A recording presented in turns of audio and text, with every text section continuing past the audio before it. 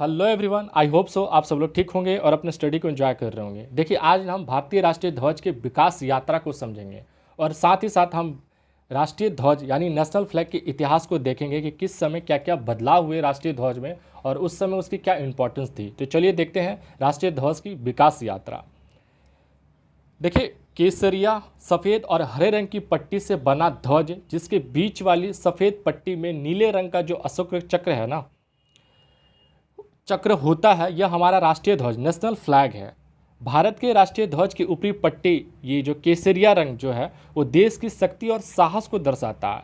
बीच में स्थित सफ़ेद पट्टी धर्म चक्र के साथ शांति और सत्य का प्रतीक है और निचले वाली हरी पट्टी उर्वरता, वृद्धि और भूमि की पवित्रता को दर्शाता है।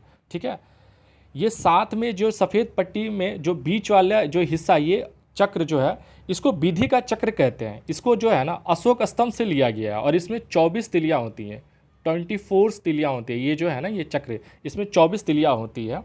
इस चक्र को प्रदर्शित करने का आशय यह है कि जीवन जो है ना गतिशील है, यानी कि चलता रहता है, रुकता नहीं है। ठीक है, साथ ही साथ यह प्रगति, निरंतरता और कर्तव्य का संदेश देता है। ये चक्र जो है बीच में जो स्थित ये चक्र है, ये इस तरह का संदेश हमें देता है। साथ ही साथ हम ये देखते हैं कि जो वर्तमान में जो हमारा ये राष्ट्रीय ध्वज है ना, ये 22 जुलाई 1947 को अपनाया गया था। हमारा राष्ट्रीय ध्वज जो है ना देश के पहले प्रधानमंत्री जवाहरलाल नेहरू द्वारा फहराया गया था। इसका जो निर्माण है ना, ये भारत के स्वतंत्रता संग्राम की गाथा का प्रतिबिंब ही है। ठीक है, ये हमारा राष्ट्रीय ध्वज। अब हम इसके विकास यात्रा को देखते हैं कि कब कब किस समय में क्या क्या बदलाव हुए थे हमारे राष्ट्रीय ध्वज में।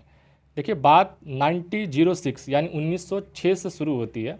बंगाल विभाजन के बाद ये बना। ये प्रदेश अंग्रेजों से लड़ाई के दौरान ना ऐसा कोई ध्वज नहीं था, मतलब राष्ट्र की एकता को जोड़े रखने के लिए कोई प्रतीक नहीं था। ठीक है, 1905 में यानी कि 1905 में बंगाल के विभाजन, इसकी आवश्यकता का अनुभव हुआ। मतलब जब पार्टीशन हुआ था ना बंगाल का 1905 में, भारत बंगाल का जब विभाजन हुआ तो उस समय इसकी ज़रूरत को महसूस किया गया कि इस आंदोलन की एक पहचान होनी चाहिए, मतलब इसको संगठित करने के लिए एक ध्वज होना चाहिए, एक प्रतीक, एक सिंबल होना चाहिए। सबसे पहले उस समय ये महसूस किया गया।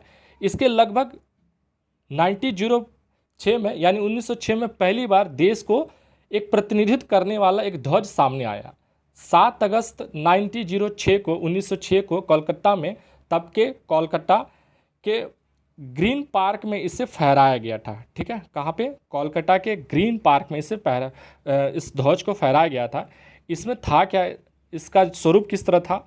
इसमें हरे, पीले और लाल रंग की पट्टी थी, जिसमें बीच वाले में ना पीली पट्टी में वंदे मातरम लिखा हुआ था। ऊपरी पट्टी में जो थी ना, यानी ये वाले पट्टी में हरी पट्टी थी, इसमें 8 सफ़ेद रंग के कमल के फूल थे। ये जो है ना, ये सफ़ेद ये कमल के फूल थे वो। ठीक है, उस समय के जब वो ध्वज था उस समय, और सफ़ेद में 8 सफ़ेद के कमल के फूल थे। नीचे वाले लाल पट्टी में ना सूर्य और चंद्रमा की आकृति थी।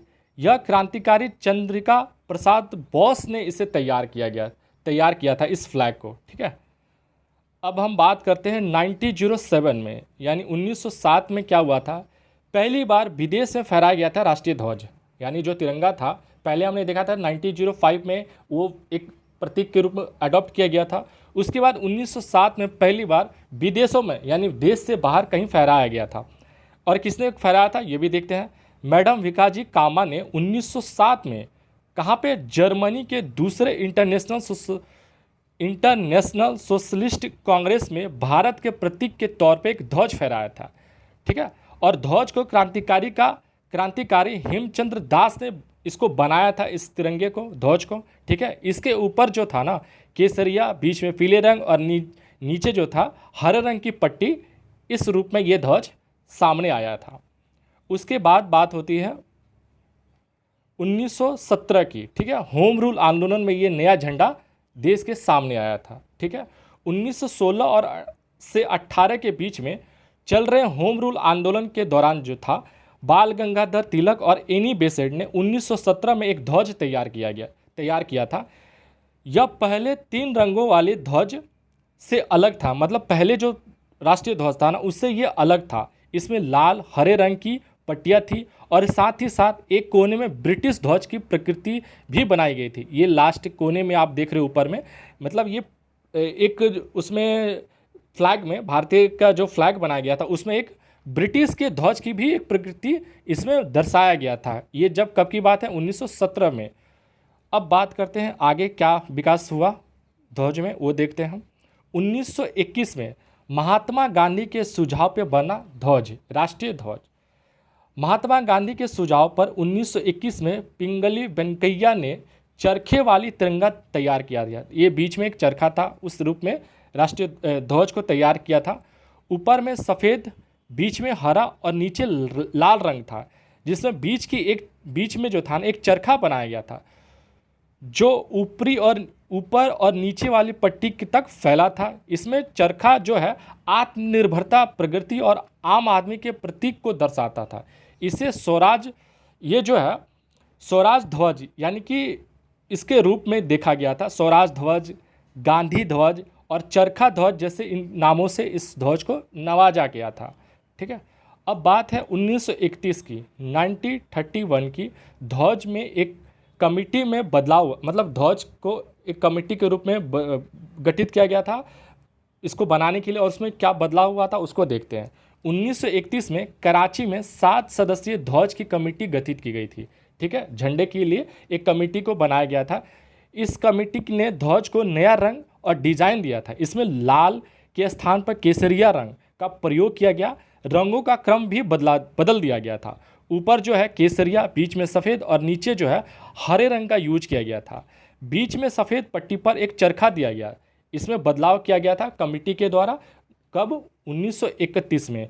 और उसमें रंगों की जो हायरार्की है उसमें भी चेंज किया गया था, मतलब जो क्रम है उसमें बदलाव किया गया था। और बीच वाले हिस्से में ना एक चरखे को दर्शाया गया था। ठीक है, 1931 में। अब आता है समय 1947। ठीक है, स्वतंत्रता की घोषणा के बाद तिरंगे का स्वरूप क्या था वो देखते हैं। 1947 में लॉर्ड माउंटबेटन की तरफ से भारत की स्वतंत्रता दिए जाने की घोषणा करने के बाद जो था एक राष्ट्रीय ध्वज जो है ना, भारत के लिए राष्ट्रीय ध्वज की बात जो है वो सामने आई। तब जो है डॉक्टर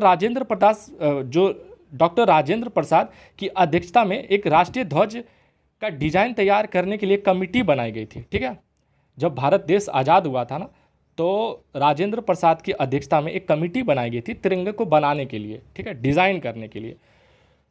व्यापक विमर्श के बाद ध्वज का वर्तमान स्वरूप सामने आया। ये जो अभी स्वरूप है ना ये उस समय सामने आया, जिसमें चरखे के स्थान पर अशोक चक्र, ठीक है, को रखा गया था। और ये कब की बात है, 22 जुलाई 1947, यानी 22 जुलाई 1947 को संविधान सभा ने इस स्वतंत्र भारत के राष्ट्रीय ध्वज के रूप में स्वीकार किया था। ठीक है, ये डेट याद रखिएगा, ये काफ़ी इंपॉर्टेंट डेट है। ये फैक्ट्स वन लाइनर के रूप में किसी भी कॉम्पिटिटिव एग्जाम में आपसे पूछा जा सकता है।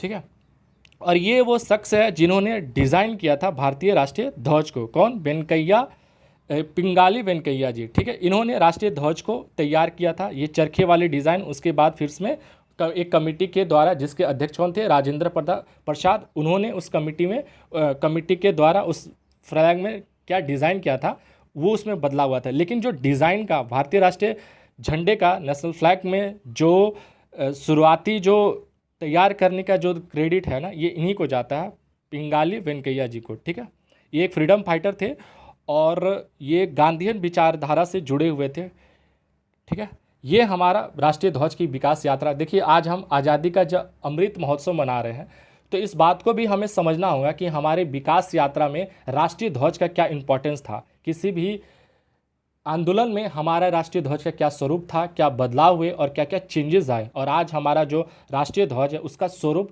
बदला और किस समय बदला और क्या क्या चेंजेस आए। इन तमाम पहलुओं को हमने विस्तार से समझा। फ्रेंड्स, अगर आपको ये वीडियो पसंद आया हो तो इसको लाइक करें, शेयर करें और सब्सक्राइब करें। ज़्यादा से ज़्यादा लोगों तक इसको पहुँचाएँ ताकि इस इंपॉर्टेंस इन्फॉर्मेशंस हर किसी तक पहुँचे। ठीक है, जय हिंद, जय भारत। और हाँ, आप हमारे एकेडमी फॉर जनरल स्टडी के टेलीग्राम चैनल और फेसबुक चैनल से भी जुड़ सकते हैं, जिसका लिंक आपको डिस्क्रिप्शन बॉक्स में मिल जाएगा। Thank you.